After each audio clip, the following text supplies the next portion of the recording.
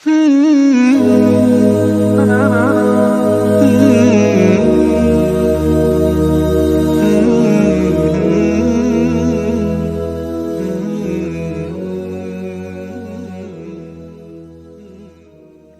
və qanaət. Ulumalar, dünyadaki mümkün bo'lmaydigan matematika sizga berilgan ne'matlarni sanab chiqishdir, deydi. Demisimi fan texnika taraqqiy qilib, hamma narsani sanab chiqa olgan taqdirdimi, qumning sonini, dengiz to'lqinlarini sanab bera oladigan matematika bo'lmagandek, Alloh taolaning ne'matlarini sanab bera oladigan fan texnika yo'qdir. Ahvol shundoq tursimi, insonlarning to'lisi o'ziga ato qilingan ne'matlarning qadrini bilmaydi, hatto his qilmaydi. Faqat shu ne'matlarning birarsidan ayrilib qolgan chog'dala uning qadrini biladi. Shukr, rahmat aytish, minnatdorlik bildirish va tashakkur aytish deganlik bo'lib, islom atalg'usida yaxshilik qilganning yaxshiligini e'tirof qilish va uning yaxshiligini eng yaxshi shaklda qaytarish deganlikdir. Shukr iymonning yerimi bo'lib, yana bir yerimi savrchanlikdir. İman bu ikkisi bilan takammullashadi. İmam İbn Rajab shukr, dil va ish harakat bilan ado qilinadi degan. Til bilan ado qilinadigan shukr ne'mat berguchining ne'matlarini va ato ihsonlarini til orqali so'zlash ham sanash bilan bo'ladi. Alloh taolo Qur'oni Karimda va amma bi ni'mati robbika fahaddith, ya'ni Rabbingning ne'matini og'zingdan tushirma. Ya'ni Alloh taolo sana ato qilgan ne'matlarni boshqalarga keng so'zlagan va minnatdorligingni so'zda va amalda ko'rsatgan deb ta'lim bergan. Payg'ambar alayhissalom bu ma'noni texmi izohlab tushuntirib, o'ziga ato qilingan ne'matni kishilarga so'zlash shukr qilganlik, uni yushirish tuzkorlik qilganlikdir degan.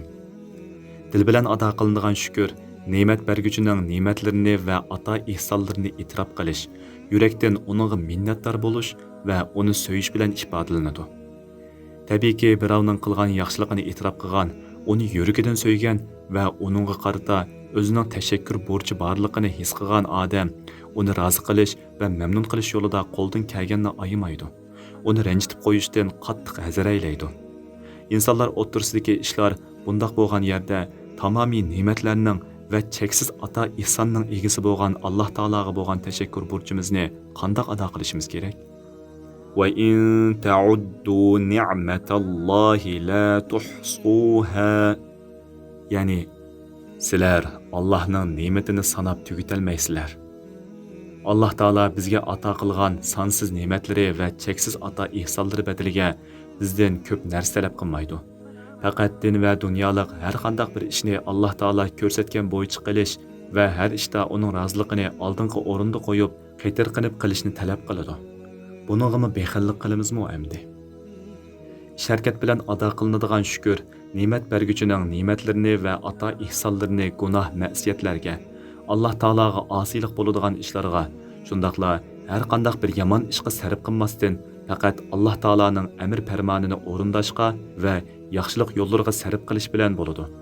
Masalan, tan saqliqdan iborat bu katta ne'matni olaylik, uni o'yin tomosha va harom ko'ngil etishlarga ishlatib tugatmasdan Alloh taologa ibodat qilish, ustimizdagi farz, vojiblarni o'rindash va insoniyat uchun foydali bo'lgan ishlarni qilish bilan o'tkazish bu ne'matni ato qilguvchiga shukr ado qilganlik bo'ladi. Aksicha qilish ne'mat berguchiga tuzkorlik qilganlik bo'ladi. Shukrning turlari ko'pdir. Pul-molning shukrisi uni isrof qilmasdan, foydasiz ishlarga buzib chachmasdan qo'llanish, uning zakatini to'liq berish va Alloh taolo rozi bo'ladigan va savob bo'ladigan ishlarga, shundaqla yaxshilik yo'llariga sarf qilish bilan bo'ladi. Buningdan ma'lumki, Alloh taologa shukr qilish, shukri Xudoyim deb og'zaki shukr aytish bilan ado topmaydi. Balki bu shukrni amalda qilib ko'rsatish talab qilinadi. Bu turdagi shukr yo'qsullarga va har qanday hojat egasiga atag'anlarni berish bilan ado topadi. Ilm ma'rifatning shukrisi bilganlarga to'liq amal qilish, uni insonlarga o'rgatish, ularning bilmaganlarini bildirish bilan ado qilinadi. Pul-molning zakati shu pul-moldan ma'lum miqdorni yo'qsullarga berish bilan ado topgandek, ilmning zakati bilganlarini boshqalarga o'rgatish bilan, bildirish bilan ado topadi. Qanoat insonni baxtli qiladigan omildir. Payg'ambar alayhissalom qanoat tugumas boyliqdir degan. İnsanning nafsini qanoatdan boshqa narsa to'yg'izolmaydi. qanoat qilmagan kishi hargiz baxtli bo'lolmaydi. Alloh taolaning berganiga rozi bo'lib, qanoat qilgan odam eng boy odamdir. Sizga ato qilingan qomatingizga, mol-mulkingizga, farzandlaringizga, turalg'ingizga va qobiliyatingizga qanoat qilishingiz lozim. Bu Alloh taolaning amridir. Men sana ato qilganni qabul qilgin va shukr qilguvchilardan bo'lgin. Sizning qimmatingiz, talantingiz, yaxshi amalingiz, boshqalarga yetkazadigan manfaatingiz va go'zal axloqingizla bo'ladi ekan, siz eng baxtli kishisiz. Gerçi sizda go'zal chiroy, ko'p mol dunyo, ko'p farzand, yuqori mansab, katta obro'y bo'lmasa-mu, siz rostla eng baxtli kishisiz. Shunga siz Alloh taolaning taqsimotiga rozi bo'ling. Nahnu qasamna baynahum ma'ishatahum fil hayatid dunya. Ya'ni biz ularning dunyo hayotidagi rizqini ularning orasida taqsim qildik.